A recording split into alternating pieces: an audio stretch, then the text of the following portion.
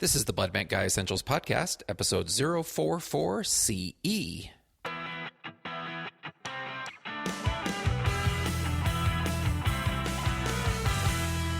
Hi, everyone. Welcome back to the Blood Bank Guy Essentials Podcast. I am your host, Joe Chaffin. This is the very first episode of 2018, and I've got lots of great stuff to share with you today, including a fabulous conversation with my dear friend, Dr. Pat Kopko from University of California, San Diego.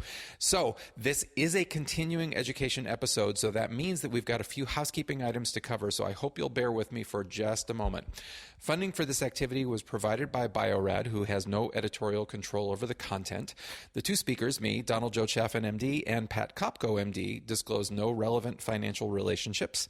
This activity underwent peer review in line with the standards of editorial integrity and publication ethics maintained by Transfusion News under the direction of Editor-in-Chief Aaron Tobin, MD, PhD. Dr. Tobin discloses honoraria from Quotient Biodiagnostics and Orthoclinical Diagnostics for his role as a speaker, and honoraria from Grifols for his role as a consultant. The peer reviewers, however, disclose no relevant financial relationships.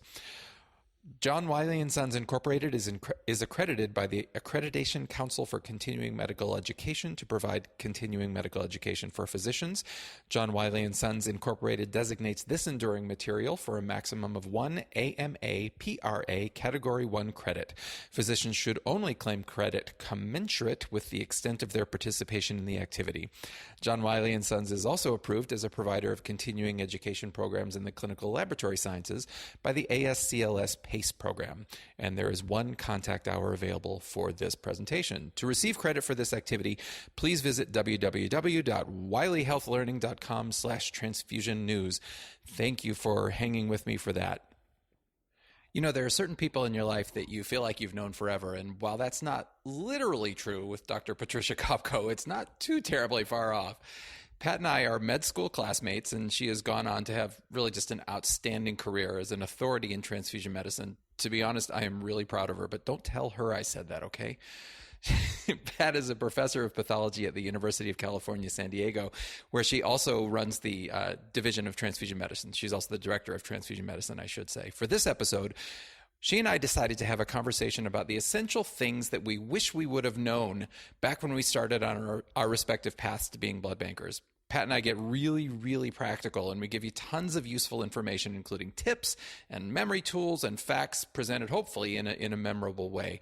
This episode is one for all of you who don't do blood banking every day, for people like residents and medical students and clinicians, non-blood bank pathologists, nurses, non-blood bank laboratory scientists, and really anyone else who doesn't live in our world all the time. So pull up a chair, put on some headphones, and just eavesdrop for a little while on two friends talking the essentials, and enjoy. Here's my interview with Dr. Pat Kopko. Hey, Pat, welcome back to the Blood Bank Guy Essentials Podcast. Thank you. It's good to be here. You know, you are one of my two first guests on this podcast, and I still get tons of great feedback from that platelet refractoriness episode. So you made quite an impression on people with that one. Nice job. Well, thank you. It's good to be remembered, I guess. Well, yeah. Speaking of memories, it's funny when you and I go down memory lane. It's a really long road, Pat. Let's just put it that way. It's a really long road. I was talking with you earlier today, and I'm going to throw this out to you.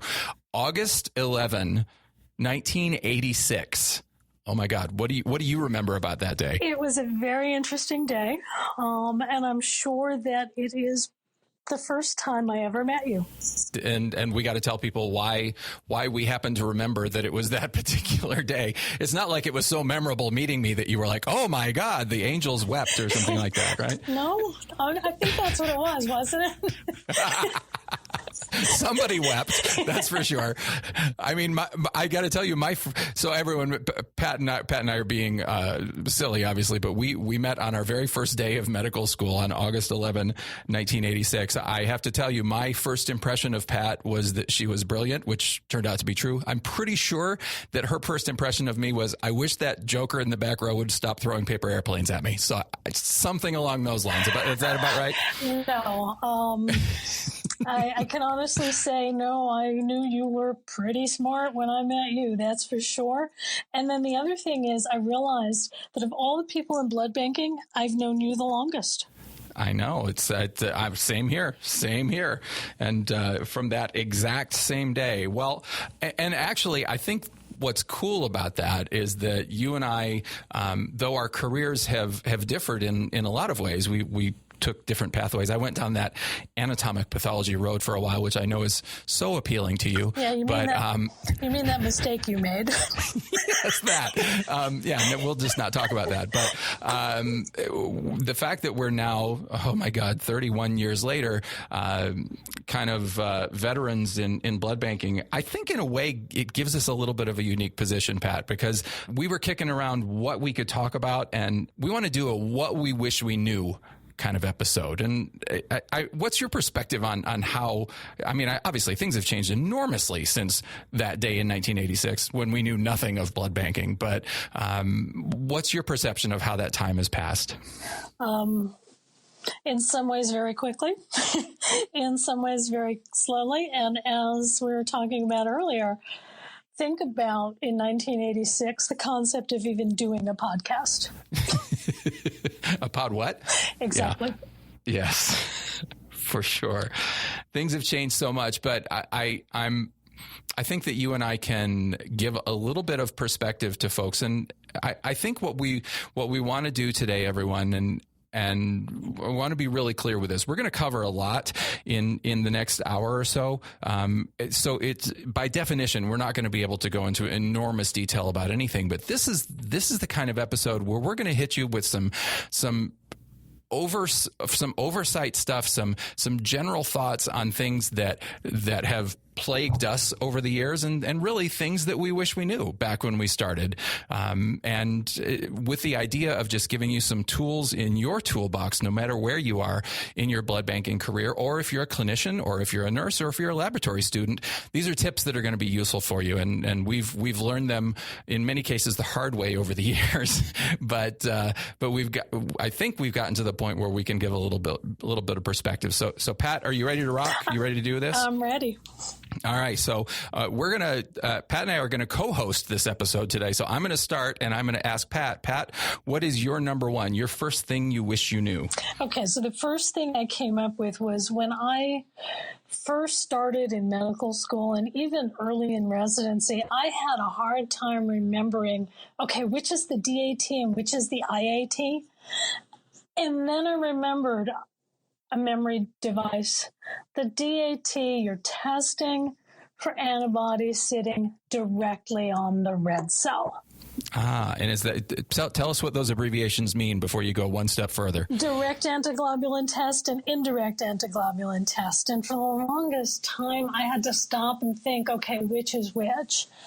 But then when I forced myself to remember that the DAT was testing for antibodies sitting directly on the red cells, well, then the IAT, you're testing for antibody not sitting directly on the red cells. So the DAT, antibody directly on red cells, IAT, antibody in serum.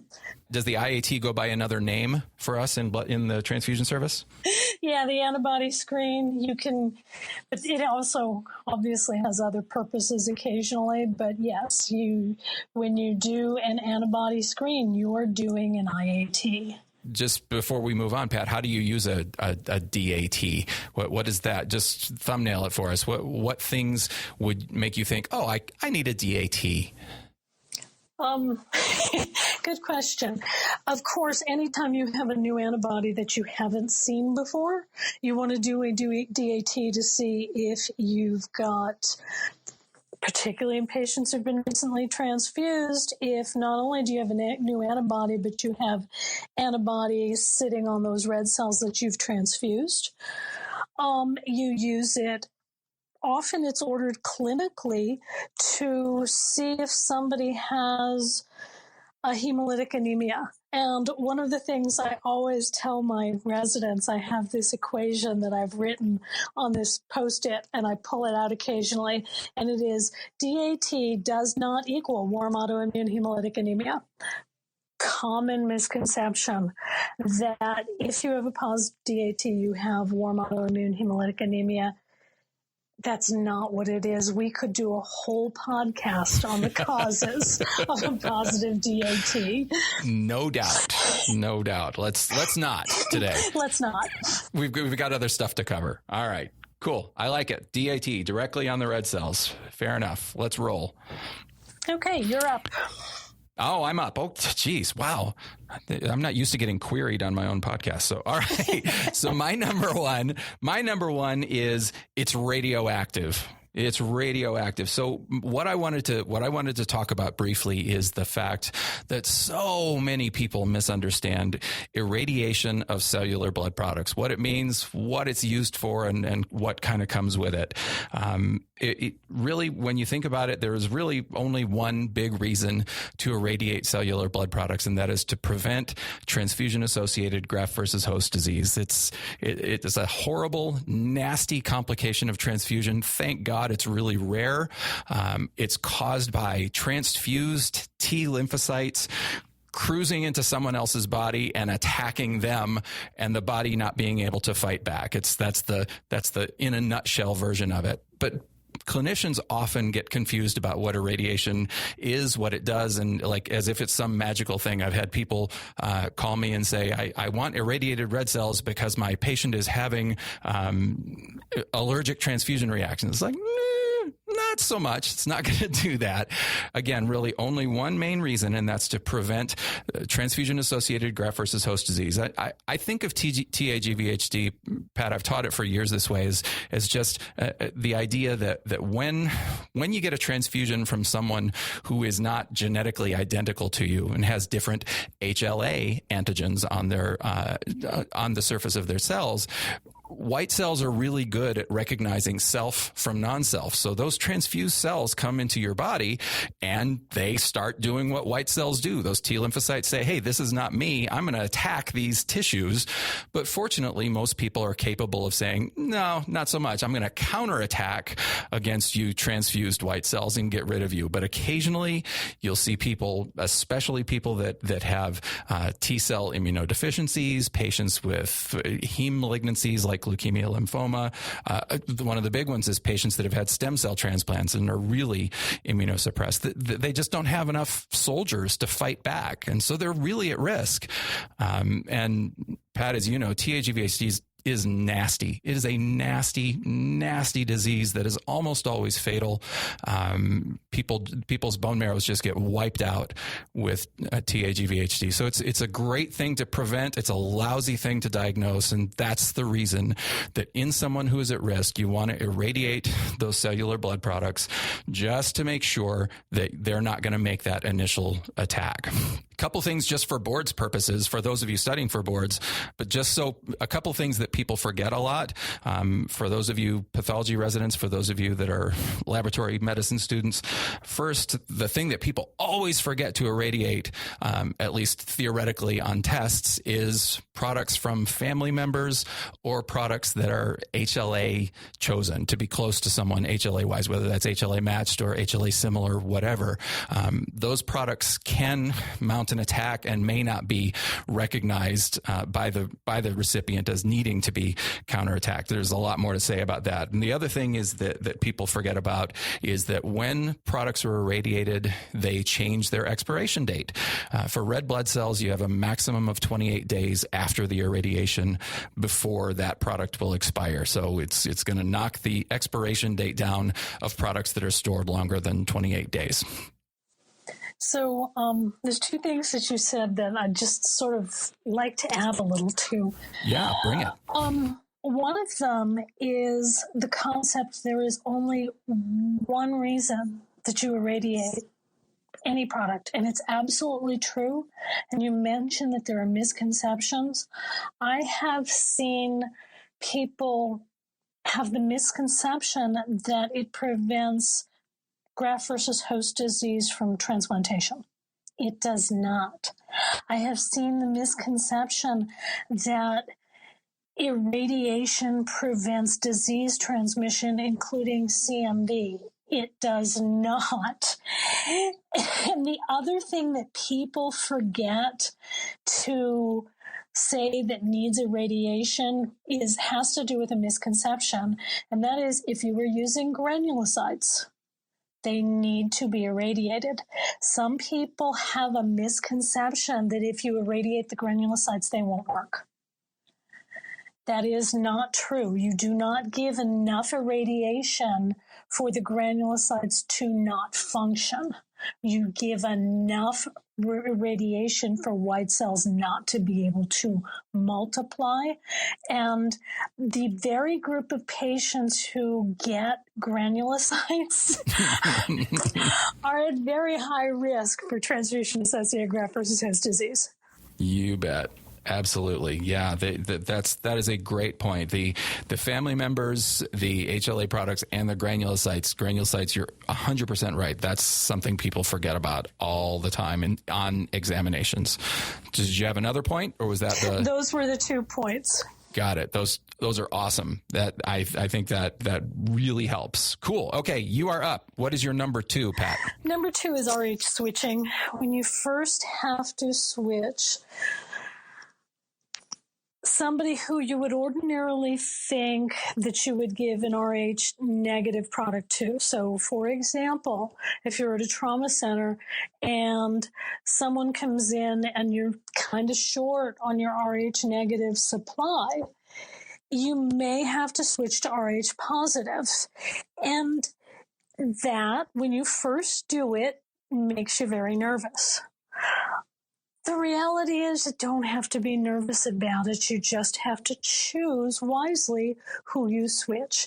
In general, males and women over 50, you are completely safe switching to Rh positive products, even if you don't have a blood type on them.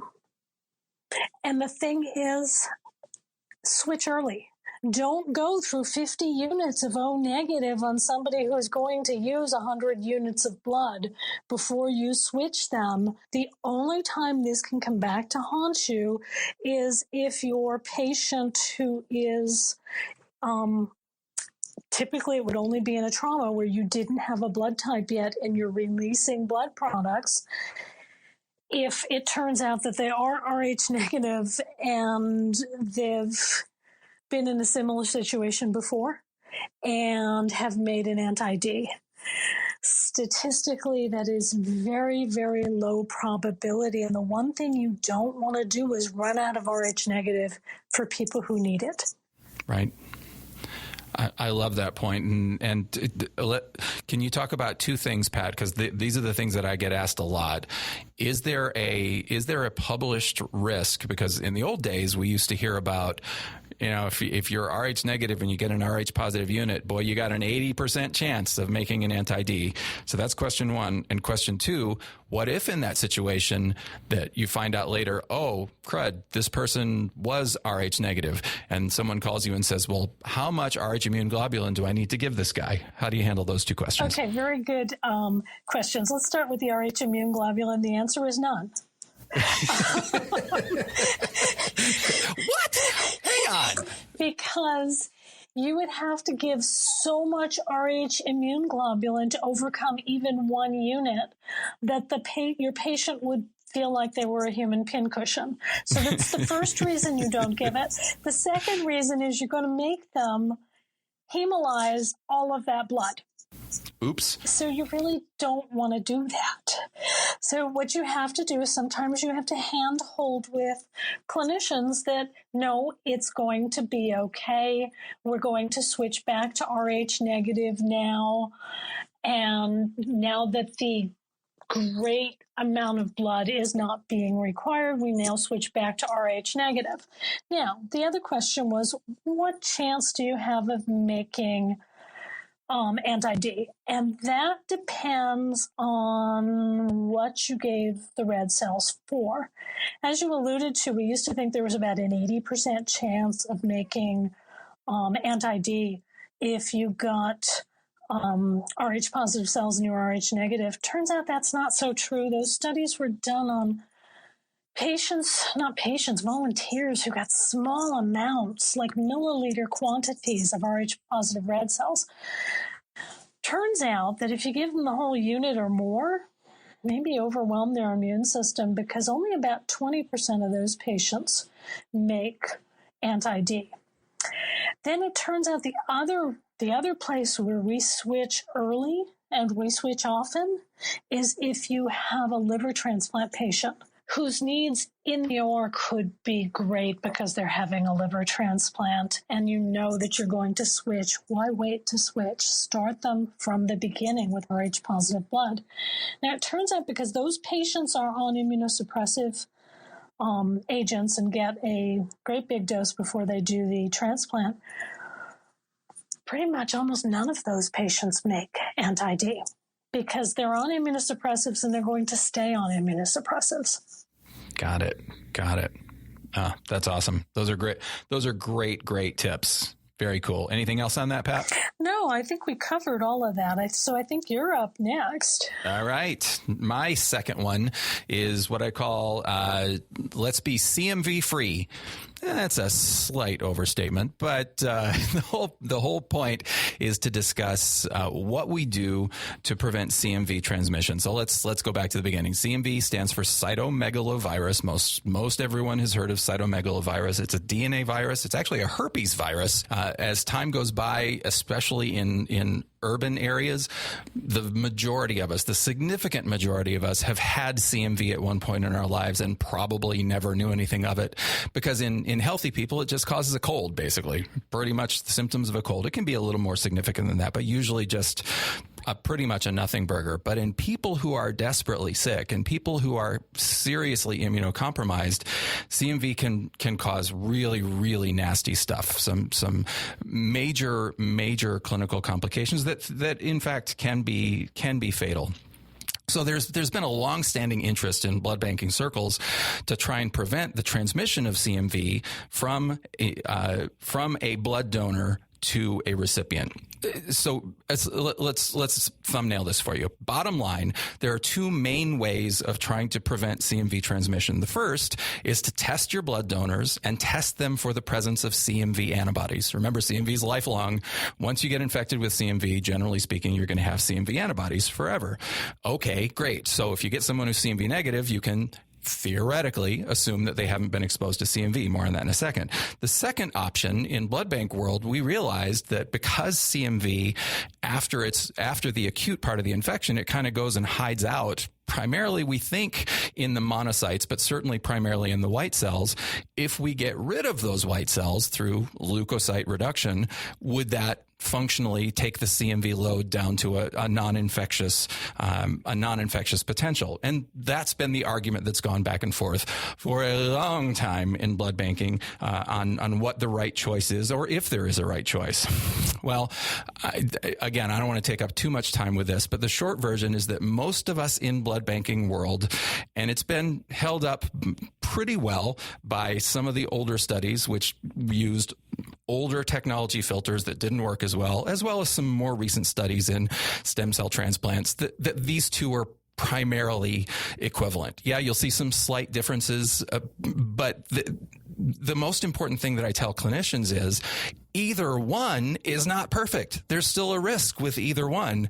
And there's a lot of thoughts behind that, Pat. And again, I don't want to go into this in too great a detail, but for those of you listening, the basic idea is CMV in the very early stages of infection has a period where leukocyte reduction won't work because the virus has not gone into the white cells yet.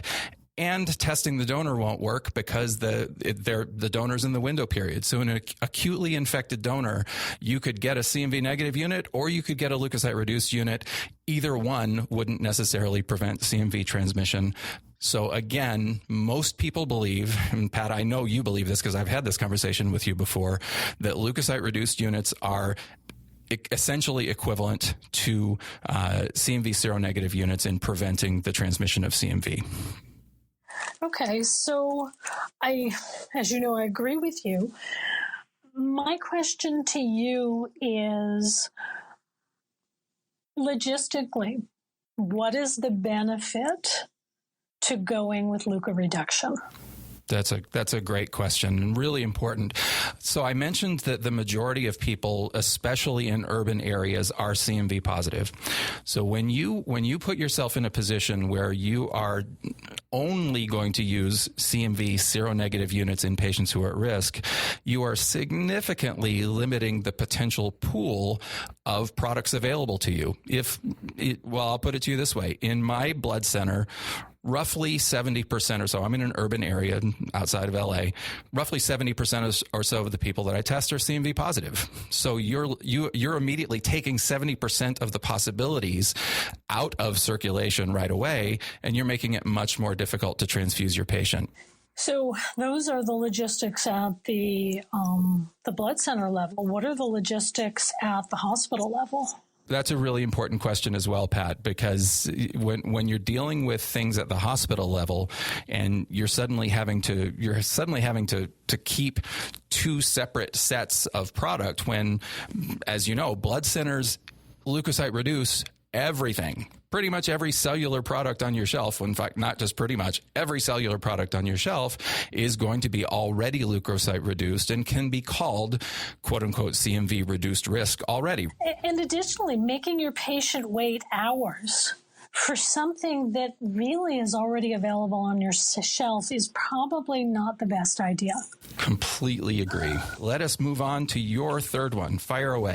Okay, my third one is treat all transfusion reactions like they are an acute hemolytic transfusion reaction until proven otherwise. And the reason I say that is, like with most things, I see that sometimes with my residents, after a few months, when they start to know what they're doing, they sometimes will say, oh, it's just a febrile non-hemolytic transfusion reaction. It's okay. Don't ever, ever, ever, ever do that. The reason we do the workup we do after a transfusion reaction, except for, the mild allergic ones, that the reason we do the DAT, the reason we look for hemolysis, the reason we retype the patient is we want to make sure that they did not have an acute hemolytic transfusion reaction. Until you have those 3 points of data plus the clerical check on your unit, you have not ruled out an acute hemolytic transfusion reaction. And the last thing you would ever want to do is say, oh, it's okay, it's just a febrile non-hemolytic transfusion reaction, you can give more blood. If you haven't ruled out an acute hemolytic transfusion reaction and you do that, you could then give more of the wrong blood. So treat them all seriously, treat them all the same. When you get the 4 points of data, those being clerical check is negative, the patient types the same post-transfusion as pre-transfusion, that the DAT is negative, and that there is no hemolysis in their sample when they spin it down, then is the time you can say, okay, it was just a febrile non-hemolytic transfusion reaction. But don't make that decision too quickly, because you could make a huge mistake and have a patient have major consequences because of it. And one of the things I realized that's changed a lot since we were in residency, because most hospitals have a 2-sample policy now, you don't have as much acute hemolytic transfusion reactions. When you don't see something, it can be hard to be ever vigilant for it. Oh, man. I love that point. That's so true. And, I completely agree with that. However, I will say there have been some publications in recent years suggesting that you can look at quote unquote, high risk fevers and low risk fevers. And I've heard people passionately defend that. What I say in those cases, like there are certain temperature elevations that make it more likely, and so you work those up and others you don't, etc. I personally Pat. Completely agree with you. And that's the way I practice. And part of that, I will admit, is colored. Well, you mentioned we've been hanging around blood banks for a long time. I have had to make the call to the FDA to say, oh, hello, FDA. We just had a fatality in our hospital because someone chose to ignore a fever and transfuse through it. So I am very strongly influenced by that experience, and I completely agree with what you just said. I haven't had the experience of somebody ignoring the fever and transfusing through it. I have had the experience of having to interact with the FDA because somebody got the wrong unit of blood and had a negative outcome. And to me, it does not take that long. Or if it does take that long to do the workup, you need to figure out how to get the workup done quicker. Because except in an emergency, now if it's emergent and the patient needs the blood now, you have to be a doctor and you have to make decisions. And in that case, you can always give Group O. I'll close it with this. What I tell clinicians all the time when they argue with me about working up things like this is I tell them, you know what? Chances are you are probably right. You are probably right. But when you're wrong, you are going to deeply regret it. Exactly. It's just that simple to me. Don't become complacent. Yep. Okay, good deal. So I think I'm ready for my number 3. You ready for it? Sure. Okay, here's my number 3. What the heck is cryo? I love that. What the heck is cryo? Very good. You're right. Cryo is probably the most misunderstood blood product. And of course, when I say cryo, I'm referring to the blood product which is more formally known as cryoprecipitated anti-hemophilic factor, which nobody calls it anymore. Everybody just calls it cryoprecipitate, or as I said, just cryo. Okay, everybody. So here's how cryo works. Cryo is a product that is made from fresh frozen plasma, meaning a product that goes into the freezer, a plasma product that goes into the freezer within 8 hours of collection. Fresh frozen plasma products are about 250 cc's or so, somewhere in the ballpark. And the cryo part is when that plasma is thawed slowly in a refrigerator overnight. Not like you're going to transfuse it when you thaw it at warm temperatures, but you thaw it slowly, and a little bit of crud precipitates out across the bottom of the bag. Just about that simple. That's a low-tech way of putting it. But you end up with an individual bag of cryo that contains roughly 15 cc's of product. Most of that is just residual plasma that suspends that precipitate. The precipitate contains 5 main things, only a couple of which we care about, but there are 5 main things. There's factor 8. There's fibrinogen, there's von Willebrand's factor, factor 13, and then a weird protein called fibronectin that we're not completely sure what it does. But nowadays, though cryo was initially developed to treat hemophilia A, factor VIII deficiency, nobody uses it for that anymore unless it's an oh my god emergency and for some reason you don't have factor VIII concentrate. It's primarily used in the United States to replenish fibrinogen, and that's the big deal. A couple of numbers for those of you preparing for exams: you have to have at least 150 milligrams of fibrinogen in each individual bag of cryo, and at least 80 international units of factor VIII in each bag of cryo. So it's primarily used, as I said, in the United States to replenish fibrinogen in situations of big time bleeding, in cases like massive transfusion from traumas to some extent. Obstetrical hemorrhage is a big place where it gets used. Liver transplants, cardiac surgery, things like that, where fibrinogen levels dropping can be a big deal, and replenishing that fibrinogen can help the patient do better. One last thing, but before I move on from this, is that I want to make mention of the fact that cryo, as I said, it comes in little tiny bags, 15 cc's or so in a bag. Nobody wants to transfuse cryo, I should say, one bag at a time. That's dumb, unless you're talking about a really tiny patient that's only going to get one bag. So nobody does it that way. Everybody pools the cryo, and the great thing is that virtually every blood center I know of nowadays can actually do that work for you.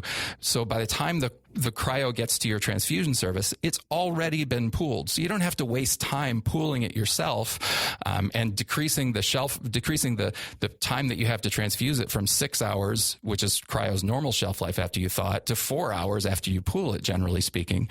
So you really, if you're in a transfusion service and you're not getting pooled cryo, well, why not? It doesn't make any sense to pool it yourself. It's crazy. And especially if you're doing cases, if you're sending it out in cases like trauma cases or obstetrical hemorrhage cases in particular, where you've got to get that product out there in a hurry. You do not have time to pool. You want to get it from the blood center that way and go ahead and transfuse it again for those fairly narrow indications. So, Joe, I think that was a fabulous review of cryo. And that last thing that you talked about to me is the most important. We all know, as a group, blood bankers have a tendency to be parsimonious. And because we are parsimonious, we tend to not want to pay for things we can do ourselves. Yes. And yes. The problem is that when you're dealing with a trauma or an obstetrical hemorrhage, literally seconds matter. And you never want to say, I don't want to spend the extra $100 or whatever it is for the pool because I can do it myself, and make a woman who is massively hemorrhaging after giving birth wait 30 minutes for somebody to pull that cryo. That is not a good use of funds because, one, you're putting the woman's life at risk, and obstetrical hemorrhage is still a major cause of death in the United States. Two, you're costing yourself money because she's going to use more blood. Right. So yes. You're not saving money, whereas the pooled product could save a life.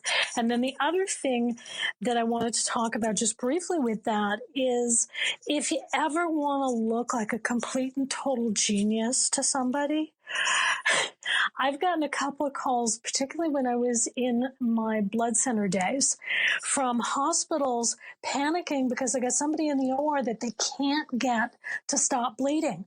We've tried everything. We can't get them to stop bleeding. What do? Your response should always be, have you given any cryo? Close to 10 times out of 10, the response will be no. The answer is give them 2 pools, and in California we tend to do pools of 5. We get the standard answer is give them 2 pools of cryo and see what happens. And every time I've gotten a call back later telling me I was a genius. Okay, I have to write this down. Pat's a genius. Okay. Wow. I knew that already, though. So. Yeah, right. It's not a genius, but the thing to remember is, and it goes back to something you said at the beginning, we don't use it for factor 8 anymore. So there's this very limited use for cryo now. Physicians forget it exists. All right. I love that. Okay. So we've done 6 of them. So we got a little ways to go. So let us move along. What is your number 4, Pat? Okay. The one that always confused me when I started out was the whole keep the line open business. You will see every time somebody has a transfusion reaction, they're saying, keep the line open, keep the line open, keep the line open. Why do we say that? The answer is easy. When you are having a patient that has a transfusion reaction, you do not know what that transfusion reaction is. And there are certain transfusion reactions that if you lose vascular access, you may never get it again. And those are anaphylactic transfusion reactions, septic transfusion reactions are the big one, but any transfusion reaction where a major component can be hypotension, you can lose that line and never get it back. And in everything you read, they'll tell you to keep the line open, but they won't tell you why. That is so darn practical and important that I don't think I can add a darn thing to it. I completely agree. And it is something we say all the time, and clinicians and nurses kind of look at us like, oh, okay, but yeah, dead on right. I can't think of anything to add to that, Pat. I meet with residents, on a daily basis, and they ask me the most interesting questions, including why. Yeah. Residents are good for that. The why question, make you think about stuff. All right, good deal. I like it. All right. So mine won't be quite as quick. My number 4 won't be quite as quick as yours. Are you ready? So you kind of previewed it a little bit. And my number 4 is, oh my God, it's all positive. And that's the situation that you alluded to a little bit, where everybody starts to panic because everything on a particular patient is coming up positive. The antibody screen is positive. The antibody panel is positive. Everything looks incompatible. Nobody knows what's going on. And of course, those often happen in scenarios where the patient has a hemoglobin of 3 and the clinician is freaking out about transfusing. So this is a topic that I could, in fact, I have in some cases talked for an hour on. I won't do that today, but I do want to kind of thumbnail it for you and think about a couple things. And the first thing, I tell residents this all the time, and I tell my blood bank staff all the time, the very first thing to do is to calm down. It's not panic. It's not panic. It is not panic time. People may be panicking around you, but you got to calm down, because you can think about this rationally and you can come up with a logical and reasonable solution for these patients. Panic is not your friend here. What I always do in situations like this is I try and assess what we have. I try and assess what information we have available. Has this patient already been transfused, either recently or remotely? What do we know about the patient? Have we ever tested this patient before? Do we have a phenotype on this patient to see what antigens this patient carries? When you look at the reactions, how do they look? Is everything positive in exactly the same way? Do you have a lot of varying strengths? What do we know? What are we seeing? And finally, the other thing that I ask is, what does the auto control show? If we have a DAT, what does it show? Because essentially in cases like this, you're usually dealing with one of two things. Either you're dealing with something like a warm autoantibody that makes everything incompatible, and your goal in that case is to make sure you don't have any other antibodies aside from the warm autoantibody. Or do you have multiple alloantibodies? Has this patient been transfused previously and he's made a whole bunch of antibodies against a whole bunch of other people's red cell antigens? So all this goes into the kind of the mix and the stew, and you gotta breathe for a second so that you can figure this out. Absolutely. Can I stop you? Because I have a third one. Yeah, you can. Yeah, sure. Patients on daratumumab. Oh, yeah. That is absolutely true. So those of you that are listening, I did a podcast on this earlier with Rick Kaufman about the myeloma medication daratumumab that makes everything positive as well. Thank you, Pat. You're totally right on that. The short version of how I approach these, Pat, is pretty simple, and I'll be interested in hearing the way you approach them. But for me, I am. When I have a situation like this, I am always wanting to talk to the clinician and assess the urgency of the transfusion.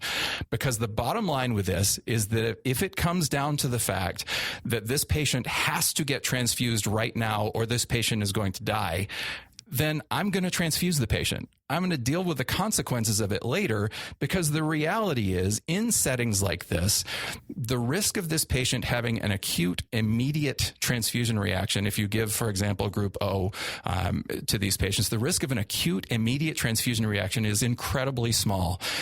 The risk of a delayed hemolytic transfusion is more significant, but I always tell people a delayed hemolytic transfusion reaction is better than being dead. It's pretty simple to me. If the clinician's judgment is, if they got to transfuse, then by God, we're going to transfuse. If we have time, then we're going to approach this wisely. For example, we're going to look at things like, we're going to say, if this patient has one of these particular antibodies, their patient is at greater risk of something urgent and immediate and acute. For example, if someone has KID antibodies, those are much more commonly associated with acute hemolytic transfusion reactions than delayed, and those are significant and dangerous. KEL antibodies, anti-big K, is the most common antibody other than anti-D. I'm going to look for those. I'm going to gradually work my way towards while this sample is oftentimes being sent off to a reference lab and they're figuring it out, I'm going to work my way as best I can towards something that's the safest possible product with the information I have at that particular moment. And again, it's a long lecture to pull in everything, but the bottom line is I'm going to try and make this as safe as I can with the information I have at the moment. I'm going to reassure clinicians about patients with warm autoantibodies in particular. Most of them can be transfused without a problem, and assess the patient to see if this patient really needs to be transfused, which I will do rather than let them die. So what did I miss, Pat? You just, one of the things I always say is you never let somebody die because you do not have the perfect product. Sometimes you just have to suck it up and transfuse them. And in a large way, you're having to treat yourself because you don't want to do it. But sometimes you just have to get over that and say, I am not going to let somebody die because I don't have the perfect product. And so the other thing that we do always is if we have somebody with a warm autoantibody, if it is a significant warm autoantibody. So what I mean by significant is 2+ or higher, or we can't get rid of it in LIS or PEG, we will phenotype that patient the first time we see them, either by serology or molecular, whichever one we can do. And that way, if they come in at 2 a.m., and they're in that situation that you described, which happens a lot.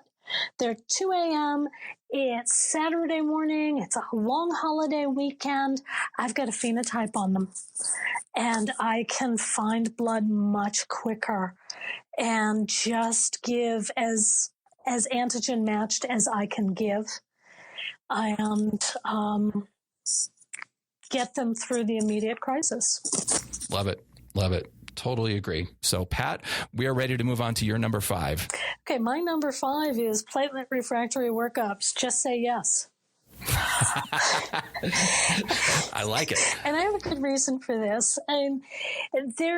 For patients who are platelet refractory, there is this algorithm that many people recommend that you go through to prove that they're really refractory before you order the testing. And that is you have to get a post-transfusion platelet count between 10 minutes and 1 hour post-transfusion, and you have to calculate corrected count increments. And if you show that twice with ABO-compatible platelets, you then order the workup. And so to me, that was valid when HLA testing was very much more difficult than it is today. That was valid when it took days to get HLA antibody testing back, when you had to thaw cells to do HLA antibody testing, when HLA typing was so much more difficult than it is today. I say that is no longer valid. I say that if you just look at the chart and it just looks like, they're not getting immediate post counts, but their platelet count hasn't gone above 10,000 the whole time they've been here. Well, wouldn't you want to know if you need special platelets? If you on a Wednesday decide you're going to make them give 2 more transfusions and prove it, you can delay getting special platelet products till the next Monday. If on a Wednesday you say, it doesn't look like they're getting really good bumps, let's draw the testing and do the testing for HLA antibodies and antiplatelet antibodies and get that back on Thursday. By Friday, I can get the patient the correct platelets they need instead of waiting till Monday. The testing is very inexpensive. It is, in most cases, it is cheaper than the platelets that you're giving them. And so to me, I think it's more important to get the platelets, the correct platelets your patient needs quicker than it is to make them prove it. Yeah. Boy, I love that. I think we used to have the idea of the blood banker standing at the door of the transfusion service with a flaming sword saying, "You can't have your workup until you convince me." Yes. Right? But that was related to how cumbersome that testing was. It was. Yes. Now it really you can was. have the testing back in hours. A lot more options and a lot easier, I agree, than before. Awesome. Okay. All right, Pat. So we're gonna fly on these last few. So I'm ready for my number 5. Are you ready for mine? Yes, absolutely. Okay. So my number 5 is actually a pretty quick one because it's been talked about a lot, but it is a big change in those 30 plus years that we've been involved in this. And that's know your 7s and 10s. Know your 7s and 10s. In the old days, I remember very well during our medical school days, Pat, being on duty overnight for me, it always seemed like it was the VA because whatever the rotation was, I was always at the VA. So I'm at the VA in the middle of the night, and I would have some resident who really didn't know a whole lot about transfusion, but he would tell me, you got to get that guy's hemoglobin over 10. And I remember very well saying, why? What's so magical about 10? He's at 9.7. Why is that bad? It's got to be over 10. Just get it over 10. And that was about the level of scientific discussion that we would have on that. And really in the old days, people used to think that the threshold to transfuse red cells was to get the patient to a hemoglobin of 10 or a hematocrit of 30. And for platelets, for prophylactic platelet transfusions, the patient was in danger if that platelet count dropped below 20,000. I'm sure you remember those days all too well, Pat, right? Absolutely. All too well. So what we have now, and again, I'm not going to beat this to death because I've talked about this in previous podcasts, is that we have great data for red cell transfusions, relatively great data. I mean, it's not as great as it could possibly be, but it's relatively good data that suggests in non-bleeding, hemodynamically stable patients that you can use a threshold of 7 in most patients, 7 grams per deciliter for hemoglobin, and they do just fine. For patients who are having significant surgeries like orthopedic surgery, cardiac surgery, and have underlying cardiovascular disease, 8 grams per deciliter for hemoglobin may be a more appropriate threshold. And honestly, we're not totally sure in patients with things like acute cardiac syndrome and patients that are chronic transfusion deficient, chronic transfusion dependent, et cetera. But those numbers are, while they are numbers that are considered reasonable thresholds, I do want to emphasize this because just as I thought it was dumb to say, hey, this patient's at 9.7 or 9.8, why do we have to get him over 10? I also think it's dumb for us to adhere too rigidly to the 7, for example. Say someone's at 7.1 and they're having clinical symptoms. Well, gee, no, sorry, you're over 7. That's just as dumb to me as transfusing to just get over a number. Withholding transfusion just because someone's just over a number is equally silly to me. So again, these are clinical judgments that can be guided by some of these thresholds that we're aware of. The other thing is for platelets. It's been shown fairly clearly for that prophylactic platelet transfusion that the 20,000 number in most cases and in most situations is too high, that you can reasonably use a threshold of 10. And in fact, some patients do just fine lower. But again, those are numbers. Patients are patients, and make that treatment individual for your patients. So I have one question for you. Sure. What do you think of single unit red cell transfusions?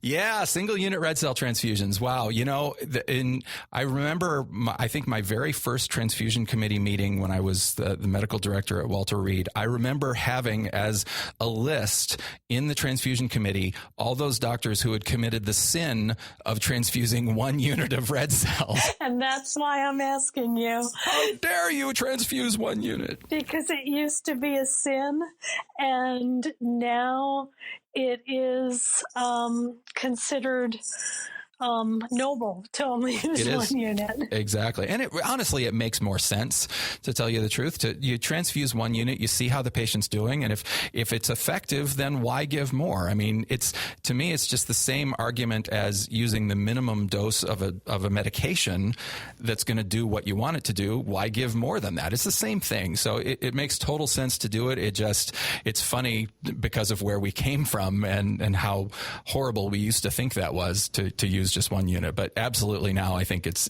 the best practice. you have number 6. What is your number 6? Okay, my number 6 is particularly for people starting out that you should absolutely know is the blood center is your friend.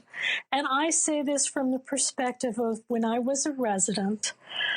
I used to call the blood center, and Dr. Joy Friday would always take my calls and always be wonderful.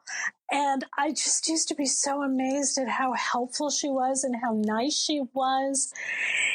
And after having spent almost 15 years at a blood center and now being back at a hospital, you need to know this is what the blood center is there for. So if you call the blood center as a resident, they're not going to be upset with you. You're not going to be bothering them. In fact, a lot of the time, they would rather they get the call from you so they can know what's going on. It often helps the blood center to have additional clinical information on the patient so that they can understand what you need and why you need it. And then once the blood center has jumped through all those hoops and gotten you the things you need to take care of your patient, it's always great to circle back and let them know, hey, thanks, and just wanted you to know the patient's gone home and is doing fine. Because that really gives people at the blood center an uplifting moment that, okay, this work I do day in and day out is very important. That's the role I'm filling now, and I know the role that you filled for a number of years. We love doing that. Blood centers love hearing from hospitals, and we love helping hospitals with difficult cases. So right there with you on that. Absolutely. Okay, what's your last one? So my last one is one that we probably could make long, but we're going to make it quick, and that's whither plasma. Whither plasma. I actually want to say that again because I like saying the word whither. Whither plasma. and it's simply the discussion of this, and that is a lot of plasma that gets transfused would be just as effective if it were poured down the drain. A lot of plasma that's transfused in the United States and from what I understand internationally is simply not effective because the patients don't need it. Right. And in addition, the way my smart aleck way of saying it is, in addition to it's not needed, you're giving a homeopathic dose. Yes. And see, that's the thing. That is exactly the thing. Let's be clear. What we're talking about is in those patients that have the low level, generally speaking, INR elevations, because that's how people look at it, even though INR is not intended for that, but whatever. People typically use the INR because it's easy to understand. And they see INRs of 1.3 to 1.5 or 6 or so, and they go, ooh, I have to correct that. And they think, oh, let me give a unit or two of plasma, and that's going to make things all better prior to this patient's procedure. And you mentioned, it is a homeopathic dose. That's not nearly enough. Here's my dopey illustration for that, Pat. What I tell people is that's like sitting in a bathtub full of ice water and pouring one glass of warm water in and expecting it to change the temperature, right? Right. It's just not going to do anything. It's not enough. You need much, much, much, much more plasma to make any impact on that. But further, why do you even need to do that? When you look at how the coagulation system works, you really don't start having issues with bleeding until that INR gets to a significantly higher level, typically 1.8 or more. And when you transfuse them lower than that, not only are you wasting your time because you're not giving them enough to move the needle, that's number one. Number two, there's no predictive value that the patient's going to bleed from INRs of that level. And number three, the few studies that have been done, and they are admittedly few and they're mostly observational, show no benefit from transfusing plasma in those situations. So my bottom line with those is that with low grade PT/INR elevations, plasma is wasted. So there's two things I want to add to that. And you can see I'm talking over you. I'm so excited about it. It's all right. Go. The first is you can give your patient a horrific reaction from giving a plasma that is not needed. You never know which unit of blood your patient is going to have a horrible reaction to. The best thing is don't give it unless it's needed. And in this example, it is not needed. The other thing is, I think there's a misconception out there that the INR of FFP is 1 and it is not. What? Wait a second. Tell me. Okay. So, as you are very much aware, since you're now the one who works at the blood center, you don't take plasma off of somebody and directly put it into the freezer.